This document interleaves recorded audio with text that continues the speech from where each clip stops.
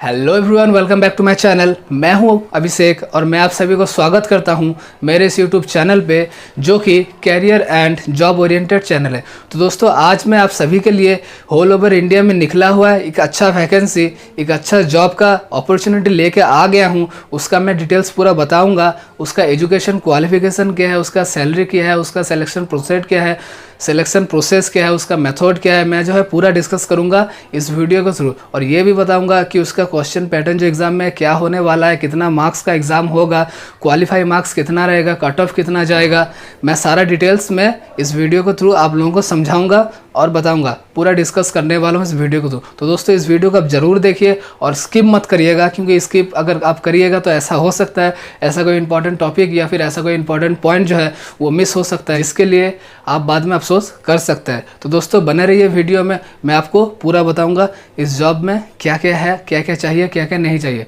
Okay दोस्तों, तो जैसे कि आप देख सकते हैं, मैंने यहाँ पे पहले ही लिख रखा है जो जॉब है वो मतलब क्या है और उसका जो है क्या क्या मतलब जो पोस्ट है मैं सारा लिख रखा हूँ। तो दोस्तों, यहाँ पे आप देख सकते हैं सेंट्रल रिजर्व पुलिस फोर्स, जो कि सीआरपीएफ आप बोल सकते हैं एक तरीके से। ये एक सेंट्रल गवर्नमेंट का जॉब है, जो कि आप पैरामिलिट्री बोल सकते हैं एक तरीके से, ठीक है। तो दोस्तों, यहाँ पे जो पोस्ट निकला हुआ है वो है inspector post, sub inspector post, assistant sub inspector post और हेड कांस्टेबल, ठीक है। तो दोस्तों, ये सब जो अब जो पोस्ट यहाँ पे देख रहे हैं, तो ये सब जो है सारा पोस्ट निकला हुआ है। अब चलिए हम डिस्कस कर लेते हैं कि ये जो पोस्ट है इसमें क्या क्या एजुकेशन क्वालिफिकेशन चाहिए, इसका क्राइटेरिया क्या है, इसका मेथड क्या है, इसका प्रोसेस क्या है। तो चलिए पूरा डिटेल्स में बात कर लेते हैं। वीडियो को आप जो है पूरा देखिएगा, स्किप मत करिएगा, क्योंकि मैं जो बोलूँगा और मैं जो आप लोगों को शेयर करूँगा वो पूरा एकदम डिटेल्स में होने वाला है। A to Z मैं डिटेल्स बताऊँगा इस वीडियो के थ्रू आपको। तो बने रहिए इस वीडियो में मेरे साथ। चलिए स्टार्ट करते हैं। तो दोस्तों, यहाँ पे देख लेते हैं यहाँ पे जो पोस्ट है उसमें कितना कितना वैकेंसीज है और कौन कौन सा पोस्ट उसमें चाहिए। तो दोस्तों, आप यहाँ पे देख सकते हैं इंस्पेक्टर जो पोस्ट है पहले, वो पोस्ट में टोटल 1 वैकेंसी है। मतलब जनरल कैटेगरी के लिए ओनली फॉर 1 वैकेंसी है, ओबीसी, एसटी एंड एससी के लिए कोई वैकेंसी नहीं है। तो दोस्तों, आप देख लेते हैं इसका पे स्केल जो होने वाला है। ये टोटल सैलरी आपका रहेगा टोटल 44,900 से लेके 1,42,400 के बीच आपका जो है सैलरी वो रहेगा, ठीक है दोस्तों। पे स्केल आपका जो 7 रहेगा, ठीक है। अब दोस्तों, देख लेते हैं इसका एजुकेशन क्वालिफिकेशन। इसका एजुकेशन जो क्वालिफिकेशन है वो क्या चाहिए, वो आप मतलब इस पोस्ट के लिए, इंस्पेक्टर पोस्ट के लिए, डाइटिशियन पोस्ट के लिए आपका बीएससी चाहिए इन न्यूट्रिशन, ठीक है। न्यूट्रिशन में आपका जो है बीएससी चाहिए और जो है home science and home economics आपका जो है रहेगा तब भी चलेगा, ठीक है। पर आप जिस इंस्टीट्यूट से कर रहे हो वो सेंट्रल या फिर स्टेट गवर्नमेंट का इंस्टीट्यूट होना चाहिए दोस्तों, ये दोस्तों ध्यान रखिएगा, ठीक है। और दोस्तों, इसके साथ साथ क्या चाहिए, डिप्लोमा चाहिए, ठीक है, डाइटिशियन में। सर इंस्टीट्यूट से आप किए हो जो कि सेंट्रल या फिर स्टेट इंस्टीट्यूट से बिलोंग कर रहा हो, ठीक है दोस्तों। और दोस्तों, ये तो अप्लाई कर सकते हैं। और कौन अप्लाई कर सकते हैं, जो स्टूडेंट मास्टर डिग्री कर रहे हैं इन होम साइंस में, ठीक है, वो भी अप्लाई कर सकते हैं, ठीक है। तो दोस्तों, आप बात करते हैं एज क्राइटेरिया के लिए। इसके लिए जो एज क्राइटेरिया मांगा गया है वो दोस्तों हम यहाँ पे देख सकते हैं 30 साल, ठीक है। आपको रिलैक्सेशन मिलेगा, एससी, एसटी एंड ओबीसी आप जो रहिएगा आपको रिलैक्सेशन मिल जाएगा, ठीक है। अब दोस्तों, चलिए बात करते हैं दूसरा पोस्ट जो है सब इंस्पेक्टर, ठीक है। सब इंस्पेक्टर में स्टाफ नर्स है, उसके लिए पोस्ट रखा गया है। जो टोटल पोस्ट है 175 पोस्ट है, ठीक है। और जनरल के लिए 81 पोस्ट, ओबीसी के लिए 40, एससी के लिए 26, एसटी के लिए 11 और AWS के लिए 17 पोस्ट। तो टोटल यहाँ पे देख सकते हैं 175 पोस्ट है। और इसका जो सैलरी है वो काफ़ी अच्छा यहाँ पे देखने को मिल रहा है। आपका जो लेवल है 6 लेवल में मिलेगा और सैलरी जो आपका रहेगा 35,400 से लेके 1,12,400 के बीच रहेगा, ठीक है दोस्तों।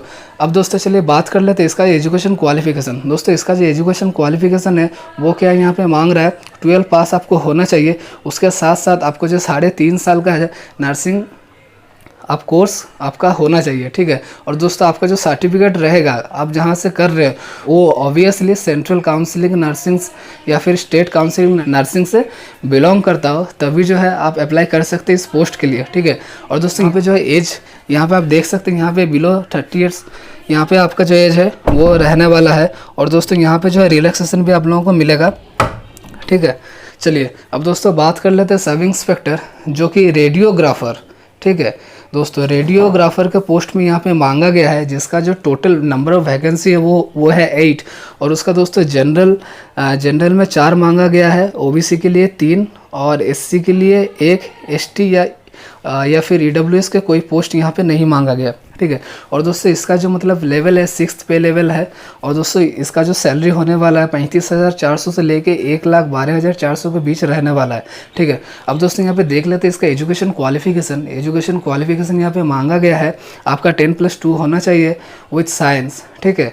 और आपका जो डिप्लोमा होना चाहिए रेडियोग्राफी के ऊपर, ठीक है, रेडियोग्राफी के ऊपर या फिर रेडियो गायनोलॉजिस्ट के ऊपर आपका जो है 2 साल का डिप्लोमा होना चाहिए।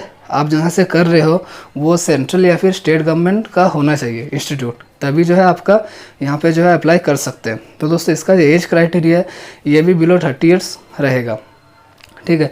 अब दोस्तों बात कर ले तो दूसरा पोस्ट वो है असिस्टेंट सब इंस्पेक्टर, जो कि फार्मासिस्ट के लिए निकला हुआ है। इसका जो नंबर ऑफ वैकेंसी है टोटल 84 है, ठीक है। जनरल के लिए 35 है, OBC के लिए 17 है, और SC के लिए 14, ST के लिए 10 और EWS के लिए 8 वैकेंसी आई हुई है। तो दोस्तों यहाँ पे देख लेते हैं इसका पे लेवल। इसका पे लेवल जो है 5th पे लेवल है, और इसका जो सैलरी होने वाला है वो है 29,200 से लेकर 92,300 के बीच, ठीक है। अब दोस्तों यहाँ पे देख लेते हैं इसका मतलब एजुकेशन क्वालिफिकेशन वो क्या होने वाला है। एजुकेशन जो क्वालिफिकेशन है वो 12th पास होना चाहिए, ठीक है, रिकॉग्नाइज्ड बोर्ड से। उसके बाद जो है आपका मतलब 2 साल का फार्मासिस्ट का जो है उसका जो है डिप्लोमा होना चाहिए, ठीक है, कोई अच्छा रिकॉग्नाइज इंस्टीट्यूट से, ठीक है। और उसके साथ साथ दोस्तों ये ध्यान रखिएगा आपका जो डिग्री है वो मतलब जो है as per rule pharmacist act 1948 के तहत आपका जो है मान्यता होना चाहिए, ठीक है। अब दोस्तों देख लेते हैं इसका एज क्राइटेरिया। इसका जो एज क्राइटेरिया है 20 से लेकर 25 साल के बीच आपका जो एज क्राइटेरिया यहाँ पे देखने को मिल रहा है। और दोस्तों जितना भी सारा पोस्ट है इसमें सारा पोस्ट में रिलैक्सेशन मिलेगा, वो मैं लास्ट में डिस्कस कर दूंगा कि कौन कौन मतलब रिलैक्सेशन पा सकते हैं और किस किस पोस्ट में किस किस को रिलैक्सेशन मिल सकता है, ठीक है। अब दोस्तों बात कर लेते हैं यहाँ पे असिस्टेंट सब इंस्पेक्टर जो कि फिजियोथेरापिस्ट पोस्ट में आई हुई है। यहाँ पे नंबर ऑफ टोटल 5 वैकेंसीज है दोस्तों। इसका जो पे स्केल है वो टोटल 29,200 से लेकर 92,300 के बीच रहने वाला है।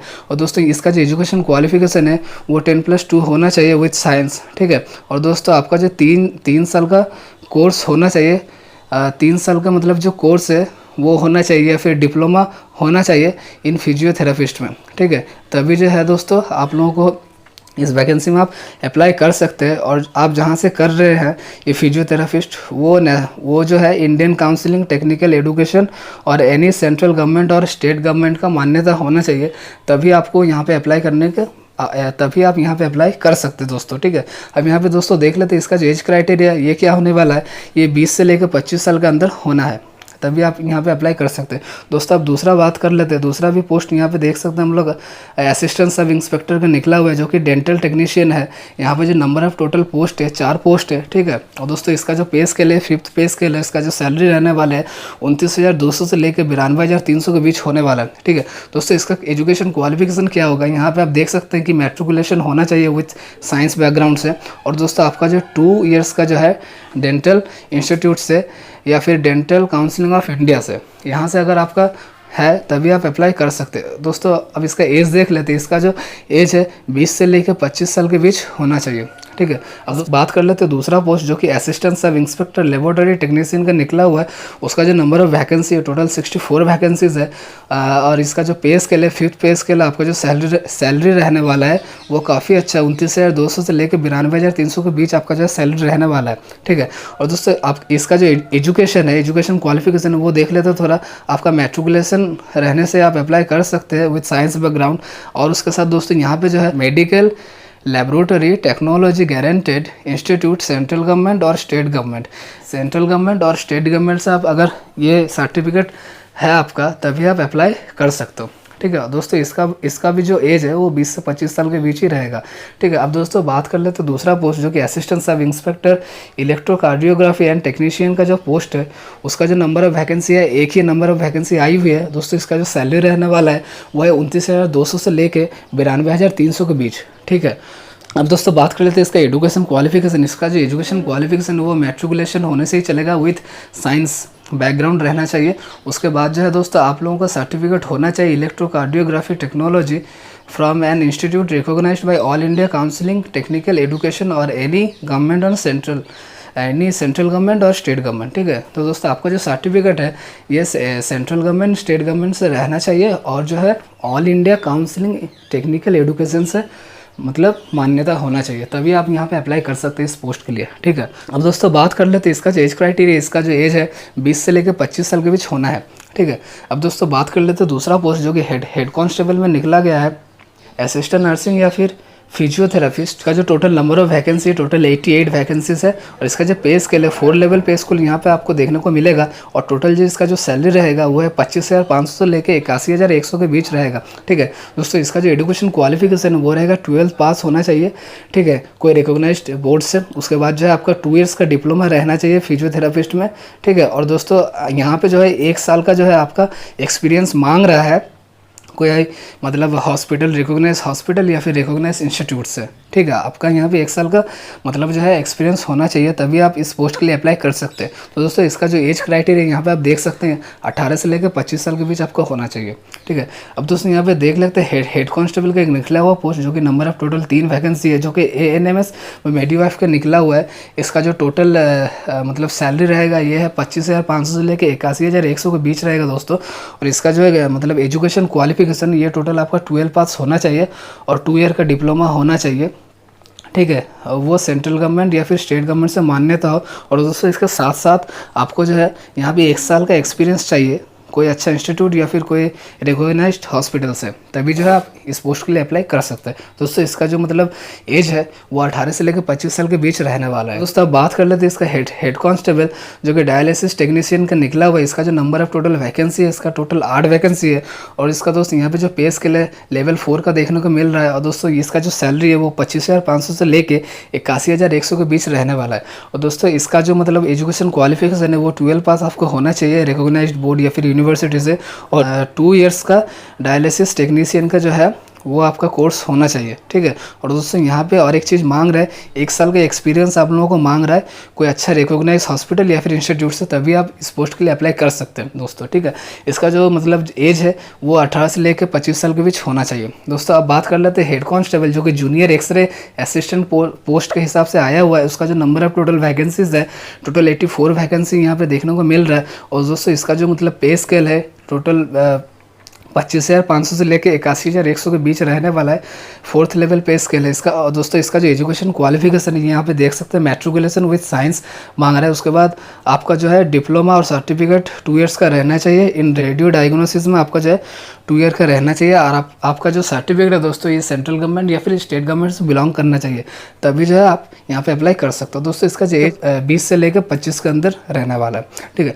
अब दोस्तों बात कर लेते हैं हेड कांस्टेबल जो कि लेबोरेटरी असिस्टेंट पोस्ट में निकला हुआ है। इसका जो नंबर ऑफ वैकेंसी है टोटल 5 पोस्ट है। और दोस्तों यहाँ पे जो पे स्केल है 4th लेवल पे स्केल है। इसका जो सैलरी है 25,500 से लेकर 81,100 के बीच रहने वाला है। इसका दोस्तों जो मतलब क्वालिफिकेशन मांगा गया है वो है आपका मैट्रिकुलेशन होना चाहिए। उसके साथ साथ जो है आपका जो है मतलब लेबोरेटरी असिस्टेंट कोर्स का जो है सर्टिफिकेट होना चाहिए। वो आपका सेंट्रल गवर्नमेंट या फिर स्टेट गवर्नमेंट कोई भी रहने से चलेगा। और दोस्तों यहाँ पे जो है मतलब आपका जो मेडिकल लेबोरेटरी टेक्नोलॉजी है इंस्टीट्यूट वो जो आपका है सेंट्रल गवर्नमेंट या फिर स्टेट गवर्नमेंट से बिलोंग करना चाहिए, तभी जो है दोस्तों आप इस पोस्ट में अप्लाई कर सकते हो। दोस्तों इसका जो एज है वो देख लेते हैं। इसका जो एज 20 से लेकर 25 साल के बीच है दोस्तों, ठीक है। अब दोस्तों देख लेते हैं हेड कांस्टेबल का। हेड कांस्टेबल में इसमें इलेक्ट्रिशियन मांग रहा है। तो दोस्तों इसका जो टोटल पोस्ट है एक ही पोस्ट है। इसका जो सैलरी है 25,500 से लेकर 81,100 के बीच रहने वाला है। तो दोस्तों इसमें जो है आपका मैट्रिकुलेशन होना चाहिए। उसके साथ साथ आपको मतलब जो है डिप्लोमा होना चाहिए इलेक्ट्रिशियन में गवर्नमेंट या फिर सेंट्रल गवर्नमेंट इंस्टीट्यूट से, ठीक है। और दोस्तों इंडस्ट्रियल ट्रेनिंग का भी आपको एक्सपीरियंस होना चाहिए, तभी आप इस पोस्ट के लिए अप्लाई कर सकते हैं। दोस्तों आपका जो सैलरी है ये तो मैंने बता दिया। अब जो इसका एज है ये बता रहा हूँ 20 से लेकर 25 के अंदर होना चाहिए। अब बात कर लेते हैं हेड कांस्टेबल जो कि स्टूडेंट पोस्ट के लिए निकला हुआ है। इसका नंबर ऑफ टोटल वैकेंसीज है 3।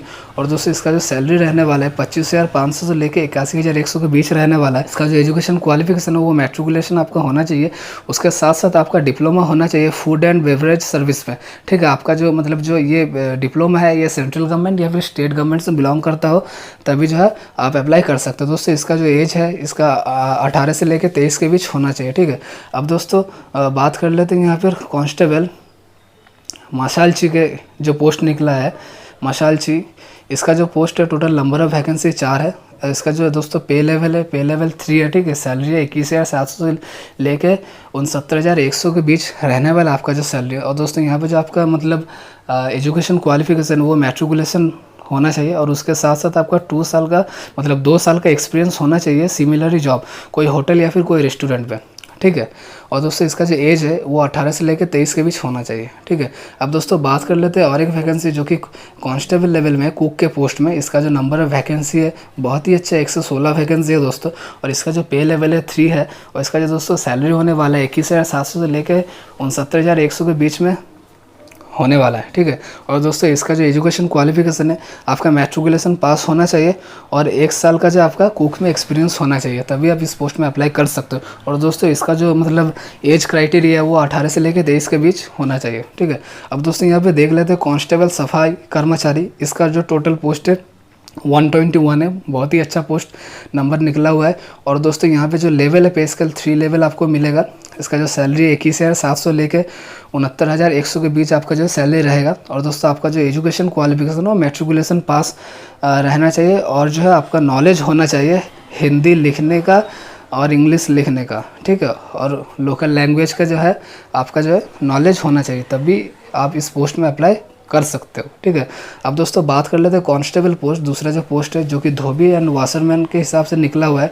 उसका जो नंबर है टोटल पोस्ट है 5 है, और जिसका पे लेवल है यहाँ पे 3 पे लेवल है। और आपका जो सैलरी होने वाला है 21,700 से लेके 69,100 के बीच आपका सैलरी रहेगा, ठीक है। अब दोस्तों इसका जो एजुकेशन है वो मैट्रिकुलेशन पास होना चाहिए, एंड 1 साल का जो है आपका एक्सपीरियंस होना चाहिए एज ए धोबी, ठीक है।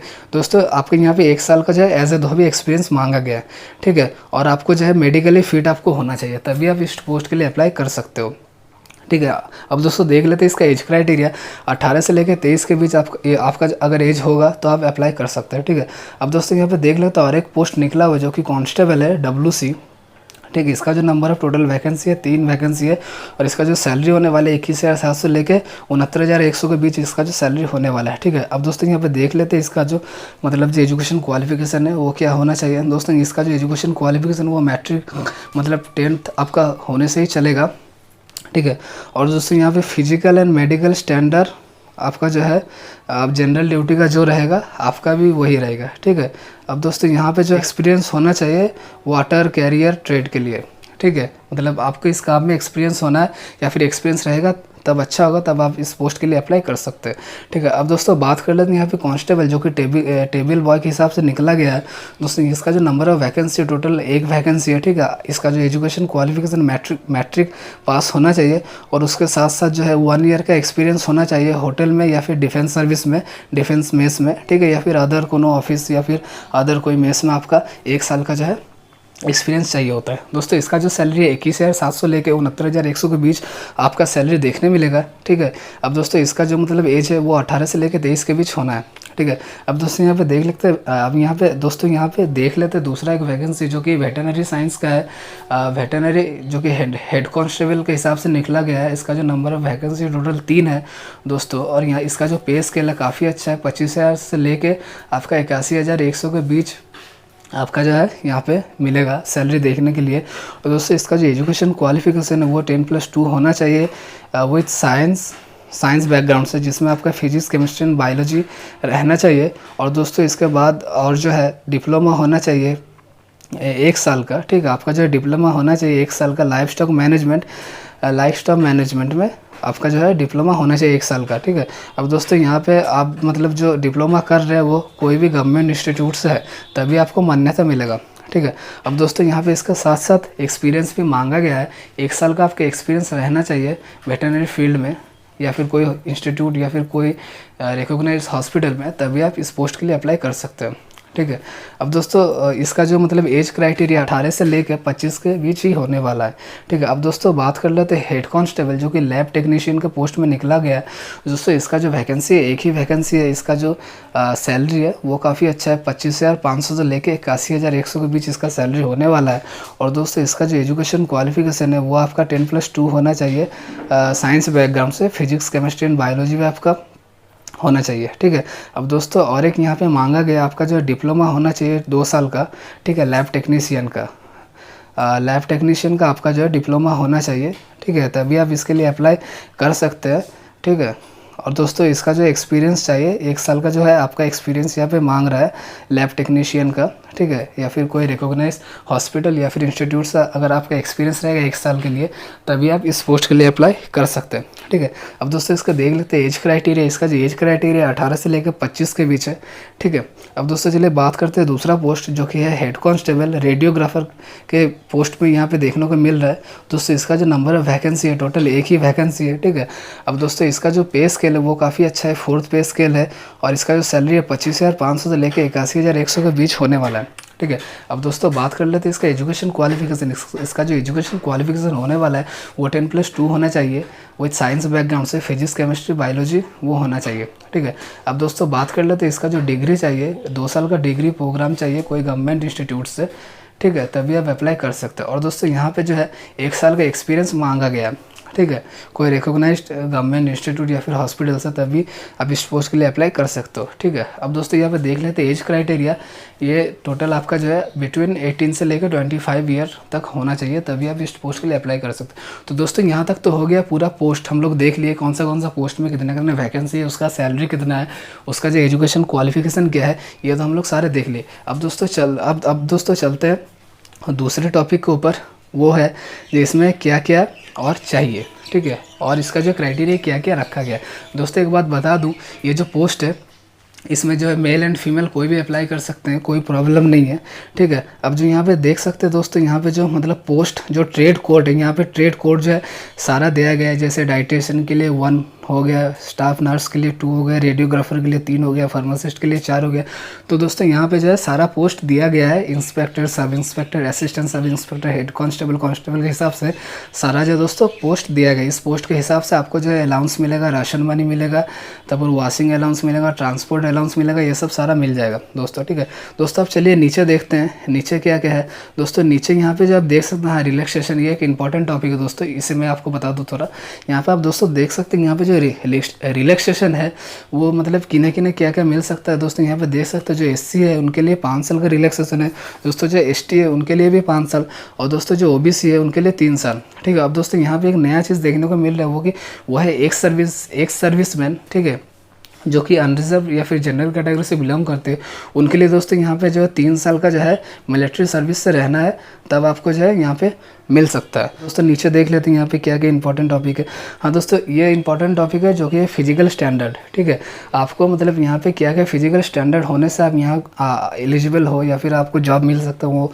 दोस्तों यहाँ पे मैं आपको थोड़ा बता दूँ, आपका जो दोस्तों हाइट है वो जनरल के लिए या फिर ST SC OBC के लिए, मेल के लिए 170 सेंटीमीटर होना चाहिए। ठीक है, और फीमेल के लिए 157 सेंटीमीटर होना चाहिए दोस्तों। ठीक है, अब दोस्तों बात कर लेते हैं चेस्ट का। यहाँ पे आप देख सकते हैं मेल कैंडिडेट के लिए 80 सेंटीमीटर होना चाहिए, और जो फीमेल के लिए कोई नई रिक्वायरमेंट मांगा गया। ठीक है दोस्तों, अब जो है बात कर लेते हैं दोस्तों, यहाँ पे जो है relaxation height scheduled tribes and हिली पीपल्स। ठीक है, तो दोस्तों जो लोग हिली एरिया से बिलोंग करते हैं या फिर जो शेड्यूल कास्ट कम्युनिटी से बिलोंग करते हैं, उनके लिए क्या है, उनके लिए दोस्तों यहाँ पे देख सकते हैं जो हाइट है, मेल के लिए 162.5 सेंटीमीटर मांगा गया, और दोस्तों फीमेल के लिए 157 मांगा गया। ठीक है, अब दोस्तों बात कर लेते हैं मिनिमम हाइट, जो कि गोरखा, डोगरास और मेघालय, मणिपुर, अरुणाचल प्रदेश, नागालैंड, सिक्किम, ये सब जगह से जो बिलोंग करते हैं, और यूनियन टेरिटरी जम्मू कश्मीर, ये सब जगह से जो बिलोंग करते हैं, उनका जो है 165 सेंटीमीटर होना चाहिए, और फीमेल के लिए जो है 155 होना चाहिए, मेल के लिए 165 होना चाहिए। ठीक है दोस्तों, अब दोस्तों बात कर लेते हैं यहाँ पे मतलब उनका जो चेस्ट है वो कितना होना चाहिए शेड्यूल्ड ट्राइब्स एंड हिली पीपल्स के लिए। दोस्तों यहाँ पे देख सकते हैं मतलब मिनिमम चेस्ट कैंडिडेट होना चाहिए आपका 76 से लेके 81 सेंटीमीटर, और फीमेल के लिए नॉट एप्लीकेबल। ठीक है, फीमेल के लिए कोई उतना नहीं है, पर मेल के लिए जो है 76 से लेके 81 तक होना चाहिए दोस्तों। अब दोस्तों बात कर लेते हैं जो लोग गोरखा है, डोगरास, उसके बाद जो है मिजोरम, नागालैंड, सिक्किम, यूनियन टेरिटरी से बिलोंग करते हैं, उनका कितना होना चाहिए दोस्तों। वहाँ पे उन लोगों के लिए 78 से लेके 83 सेंटीमीटर होना चाहिए, और यह है मेल के लिए, फीमेल के लिए नॉट एप्लीकेबल, कोई खास नहीं है। ठीक है, अब दोस्तों बात कर लेते हैं फिजिकल एफिशिएंसी टेस्ट। ठीक है। फिजिकल एफिशिएंसी टेस्ट के पहले दोस्तों यहाँ पे देख लेते हैं वेट। ठीक है, वेट जो है आपका हाइट्स के हिसाब से ही होना चाहिए। ठीक है, for male and female for male and female जो है उन दोनों के लिए मतलब उनका जो एज रहेगा उस हिसाब से उनका जो हाइट रहेगा उस हिसाब से जो है उनका वेट वहाँ पे चाहिए। ठीक है, मेडिकल स्टैंडर्ड जो है वो चाहिए। अब दोस्तों यहाँ पे बात कर लेते हैं physical efficiency test. Physical efficiency test में क्या गया दोस्तों, यहाँ पे मेल और फीमेल के लिए कुछ कुछ यहाँ पे बताया गया है जो कि बहुत ही इंपॉर्टेंट है इस जॉब के लिए। वो दोस्तों मैं आप लोगों को बता दूँ यहाँ पे वो जो है आप लोगों को जो रेस कंप्लीट करना होगा फॉर फीमेल के लिए 1 mile race in 7 minute 30 second. ठीक है दोस्तों, 7.5 मिनट के अंदर आपको 1 माइल मतलब 1.6 किलोमीटर का जो है रनिंग कंप्लीट करना होगा दोस्तों। और फीमेल जो है उनके लिए रहेगा 800 मीटर का रेस इन 6 मिनट्स। ठीक है दोस्तों, तो जो फीमेल है उनके लिए है only for 800 metre 6 minute time रहेगा। ठीक है, अब दोस्तों देख लेते हैं यहाँ पे लॉन्ग जंप आपको रहेगा 10 फीट का रहेगा, 3 आपको चांस मिलेगा मेल के लिए। ठीक है, और जो फीमेल के लिए वो 6 फीट का रहेगा, उन लोगों को भी 3 चांस मिलेगा। ठीक है, अब दोस्तों देख लेते हैं यहाँ पर हाई जंप भी दोस्तों मेल जो है उन्हें 3 फीट लगाना पड़ेगा, आपको 3 चांस मिलेगा। ठीक है, और जो मेल है इन लोगों को 2.5 फीट जंप लगाना पड़ेगा, हाई जंप, इन लोगों को भी 3 चांस मिलेगा। ठीक है, अब दोस्तों फिजिकल स्टैंडर्ड तो मैंने बता दिया आप लोगों को पहले ही। यहाँ पे जो है मेल कैंडिडेट 170 सेंटीमीटर और फीमेल के लिए 157 चाहिए। ठीक है, अब दोस्तों यहाँ पे देख लेते हैं नीचे क्या क्या है। नीचे थोड़ा देख, यहाँ पे जो है हाँ एग्ज़ामिनेशन सेंटर क्या होना मतलब कहाँ जो है एग्ज़ामिनेशन सेंटर देगा वो बता दूँ आपको दोस्तों। यहाँ पे देख सकते हैं यहाँ पे टोटल 9 एग्ज़ामिनेशन सेंटर है ऑल ओवर इंडिया, जो कि न्यू दिल्ली, हैदराबाद, गुवाहाटी, जम्मू, प्रयागराज, अजमेर, नागपुर, मुजफ्फरपुर एंड पल्लीपुरम। ठीक है, तो दोस्तों यहाँ पे जो है आपका एग्ज़ामिनेशन सेंटर पड़ेगा। ठीक है, अब दोस्तों बात कर लेते हैं इंपॉर्टेंट टॉपिक जो कि है एग्ज़ामिनेशन फ़ीस। ठीक है दोस्तों, एग्ज़ामिनेशन फ़ीस यहाँ पे क्या रखा गया है दोस्तों, यहाँ पे जो मतलब मैं आपको पहले ही बता चुका बी एंड सी पोस्ट के लिए यहाँ पे जो रिक्रूट रखा गया है। तो दोस्तों यहाँ पे आप देख सकते हैं यहाँ पे जो है पोस्ट जो बी है वो पोस्ट के लिए 200 रुपीज़ रखा गया है, मतलब जो जनरल है और OBC है, EWS है, उन कैटेगरी से जो बिलोंग करते हैं उन लोगों के लिए 200 रुपीज़ रखा गया। और दोस्तों मतलब जो ग्रुप सी पोस्ट है उन लोगों के लिए मतलब वो पोस्ट में जो अप्लाई करेंगे उनके लिए 100 रुपीज़ रखा गया। ठीक है, जो जनरल मतलब unreserved, EWS and OBC belong करते हो। और दोस्तों ST SC इन लोगों के लिए कोई फ़ीस नहीं रखा गया। ठीक है, इन लोगों के लिए कोई फ़ीस नहीं रखा गया। और दोस्तों और एक इम्पॉर्टेंट बात मैं बता दूं, जो कि ये जो पोस्ट मतलब ये जो फॉर्म फिलअप का जो प्रोसीड्यूर है ये दोस्तों मतलब ऑफलाइन होने वाला है, ऑनलाइन नहीं है। ठीक है, तो दोस्तों यहाँ पे जो आपको पोस्ट या फिर पोस्टल ऑर्डर से या फिर बैंक ड्राफ्ट से आप जो मतलब करके आप कोई पेमेंट कर सकते हैं। ठीक है, या फिर पोस्टल ऑर्डर से जाके। तो दोस्तों यहाँ पे और एक मैं इम्पॉर्टेंट बात बता दूँ, वो है आपका जो मतलब ये जो वैकेंसी निकला हुआ है इसका जो फॉर्म फिलअप है ये आपका है ऑफलाइन होगा, ऑनलाइन नहीं होगा दोस्तों। ठीक है, क्योंकि यहाँ पे जो आप देख सकते हैं यहाँ पे जो मतलब यहाँ पे मतलब लिख रखा है ये लोग कि यहाँ पे आपको जो है इंडियन पोस्टल ऑर्डर या फिर बैंक ड्राफ्ट इन फेवर से है आपको जो है अप्लाई करना पड़ेगा। ठीक है, आप इसका जो फ़ीस है एप्लीकेशन फ़ीस ये दोनों तरीके से किसी एक के थ्रू आप दे सकते हैं। ठीक है, अब दोस्तों हाउ टू अप्लाई कैसे करना है दोस्तों, इसका जो मतलब जो साइट है गवर्नमेंट साइट है वो मैं अभी दे दूंगा आपको। उस साइट में जाइएगा तो वहाँ पे आपको फॉर्म मिलेगा, एप्लीकेशन फॉर्म, उसको डाउनलोड करके उसका जो फॉर्म फिलअप कर दीजिएगा। उसमें क्या क्या मांगा गया है और क्या क्या चाहिए, फ़ोटो वगैरह सारा अटेस्टेड करके सिग्नेचर डाल के हाँ आप वहाँ पे इनका जो साइट है एड्रेस देख सकते हैं, यहाँ पे मतलब ये दे के रखे हैं पहले, तो इस साइड में आप यहाँ पे अप्लाई कर सकते हैं, यहाँ पे सेंड कर सकते हैं। ठीक है, और दोस्तों और एक बात बता दूँ, इसका जो ओपनिंग डेट है अभी तक ओपनिंग मतलब 20/7 से होने वाला है, और दोस्तों इसका जो क्लोजिंग डेट है 31/8/2020 में होगा। ठीक है दोस्तों, तो ये सब हो गए इंपॉर्टेंट टॉपिक। और दोस्तों यहाँ पे मैं बता दूँ, यहाँ पे जैसा आप देख सकते हैं आपको कहाँ एप्लीकेशन करना है दोस्तों, DIGP ground centre CRPF Bhopal village जो है, और यहाँ पे जो डिस्ट्रिक्ट है ये सब सारा मेंशन कर दीजिएगा। ठीक है, और 31/8 जो है डेट है, जो कि लास्ट डेट है, इससे पहले जो है आपका जो फॉर्म है वो वहाँ पे मतलब पहुँच जाना चाहिए। ठीक है, अगर इसके बीच नहीं पहुँचा तो शायद आप लोगों का नहीं हो सकता, प्रॉब्लम हो सकता। तो दोस्तों ये जो टाइम है 31/8 ये जो टाइम है, इससे पहले आप लोगों का जो वहाँ पे फॉर्म है वो पहुँच जाना चाहिए। ठीक है दोस्तों, तभी जो है आपका उधर से पॉजिटिव आंसर मिलेगा। ठीक है, नहीं तो ऐसा भी हो सकता है कि इससे पहले नहीं पहुंचा हो तो वहाँ पे वो लोग कुछ नहीं कर सकते। तो दोस्तों जितना जल्दी हो सके आप लोग अप्लाई कर दीजिएगा।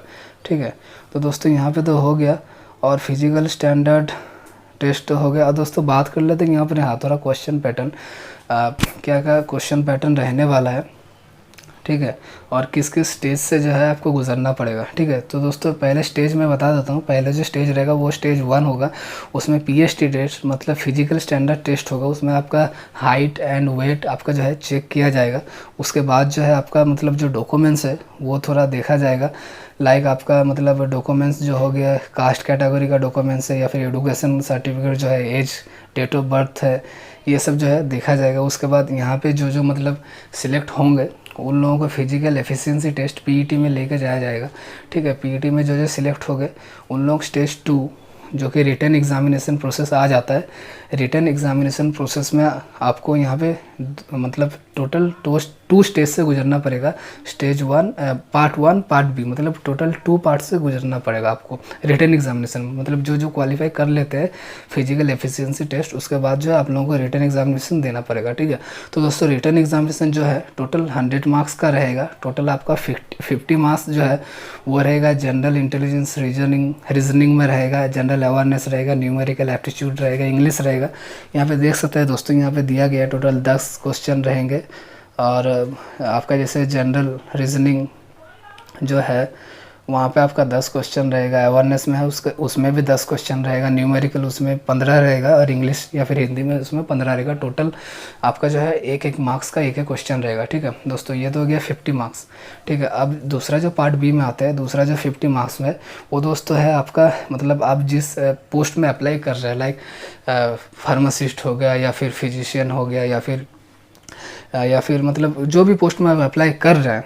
ठीक है, उस पोस्ट के हिसाब से, उस क्वालिफिकेशन के हिसाब से उसके ऊपर आपका 50 मार्क्स का है टेस्ट लिया जाएगा। ठीक है, उसमें से आपका जो कट ऑफ जाएगा टोटल, यहाँ पे आप देख सकते हैं टोटल एसआई, एएसआई, एससी मतलब हेड कांस्टेबल के लिए टोटल, जनरल के लिए 50% कट ऑफ जाएगा, और एसटी ओबीसी के लिए टोटल 45% जाएगा। ठीक है, कांस्टेबल है, कांस्टेबल पोस्ट के लिए यहाँ पे टोटल 45% कट ऑफ जाएगा, और जो है एसटी के लिए 40% कट ऑफ जाएगा। मतलब यहाँ पे जो टोटल 100 जो मार्क्स ले रहे इसके ऊपर आपका 50%, 45% एंड 40% जो है कट ऑफ जाएगा।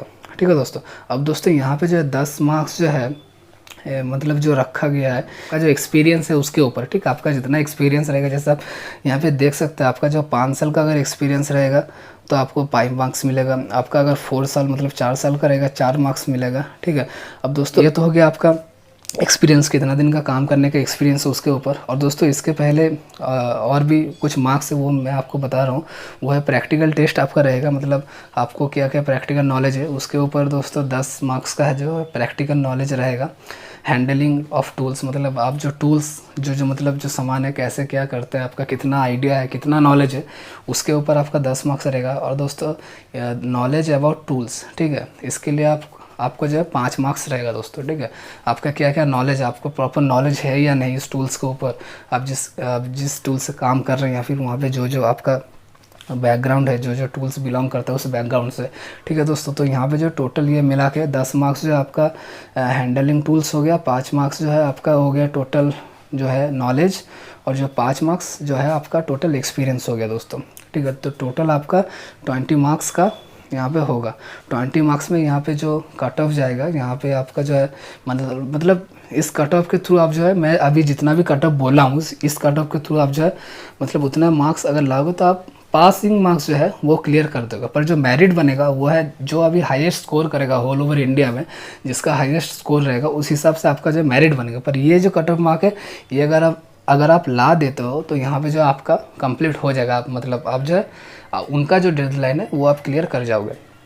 ठीक है दोस्तों, यहाँ पे आप देख सकते हैं सब इंस्पेक्टर के लिए, असिस्टेंट के लिए यहाँ पे जो है, यहाँ पे आपका जो है मतलब जनरल के लिए या फिर एक्स सर्विसमैन के लिए 20 में से 10 चाहिए होगा। ठीक है, असिस्टेंट सब इंस्पेक्टर या फिर हेड कांस्टेबल के लिए, और ओबीसी के लिए 9 चाहिए होगा, 20 में से 9 चाहिए होगा। और दोस्तों कांस्टेबल के लिए यहाँ पे 20 में से 8 चाहिए होगा जनरल, या फिर एक्स सर्विसमैन EWS, और दोस्तों OBC ST SC के लिए 20 में से 7 चाहिए होगा, ठीक है। तभी दोस्तों आप यहाँ पे मतलब जो है उनका डेडलाइन क्रॉस कर सकते हो दोस्तों, ठीक है। अब दोस्तों यहाँ पे कुछ लिखा हुआ है मेडिकल गाइडलाइंस फॉर रिक्रूटमेंट, ये आप थोड़ा पढ़ लीजिएगा क्या क्या है, ठीक है। और दोस्तों इसके बाद जो है guidelines for rejection during medical, ठीक है। ठीक है दोस्तों, यहाँ पे जो मतलब आप अगर मेडिकल तक पहुँच जाते हो वहाँ पर आप जाके मतलब जो रिजेक्ट हो जाते हो अगर, तो आप किस किस के मतलब किस किस रीज़न के लिए आप रिजेक्ट हुए हो, तो यहाँ पे सारा रीज़न मतलब दिया गया है। यहाँ पे जो है आप पूरा देख लीजिएगा कि क्या क्या रीज़न है। अगर ऐसा कोई रीज़न आप में अभी है तो आप उसको जो है चेकआउट करवाइए और जो है उसका सल्यूशन कुछ निकालिए, ठीक है। अब दोस्तों यहाँ पे बात कर लेते हैं आई स्टैंडर्ड, विजुअल स्टैंडर्ड्स कितना है। आई जो स्टैंडर्ड है आई का, उसका क्राइटेरिया क्या रहने वाला है दोस्तों, यहाँ पे देख लीजिएगा थोड़ा। क्या बेटर आई के लिए 6/6 होना चाहिए, ये सब है, थोड़ा वो देख लीजिएगा, ठीक है। अब दोस्तों यहाँ पे जो अगर आप नीचे आइएगा नोटिफिकेशन का, तो यहाँ पे जो आपका जो फॉर्म है वो मिल जाएगा। इसको डाउनलोड करके जो है आप फिलअप कर सकते हो और उन लोगों को सेंड कर सकते हो दोस्तों, ठीक है। और यहाँ पे जो है यहाँ पे अपेंडिक्स A या फिर अपेंडिक्स A2 जो है ये सब पढ़ लीजिएगा। अगर ऐसा सर्टिफिकेट कोई है मतलब आपके पास, तभी आपको मतलब इसे फिलअप करना है, नहीं तो कोई फिलअप आपको नहीं करना है, ठीक है। नहीं तो आपका जो है ऊपर में जो फॉर्म दिया गया है जो मेन फॉर्म है वही आपको फिलअप करना है। और ये सब फॉर्म है, अगर ये सब कम्युनिटी से या फिर ये सब बैकग्राउंड से बिलोंग करते हो तभी जो है आप ये सब फॉर्म भरिएगा, नहीं तो आपका कोई ज़रूरत नहीं है फॉर्म। हाँ दोस्तों, ये पूरा डिटेल्स अभी आप लोगों को समझा चुका हूँ। इसमें एजुकेशन क्वालिफिकेशन क्या है, इसका जो मतलब फिजिकल स्टैंडर्ड है वो क्या रहना चाहिए, इसका एज क्राइटेरिया वो क्या रहना चाहिए, इसका जो सैलरी है वो कितना आप लोगों को मिलेगा, मतलब A to Z पूरा डिटेल्स में इस वीडियो में आपको पूरा समझा चुका हूँ। अगर आपको अभी भी कोई डाउट या फिर कोई मतलब प्रॉब्लम रहता है तो मुझे नीचे जो है कमेंट सेक्शन में कमेंट कर सकते हैं। आपका जो प्रॉब्लम या फिर डाउट मैं क्लियर कर दूंगा, ठीक है दोस्तों।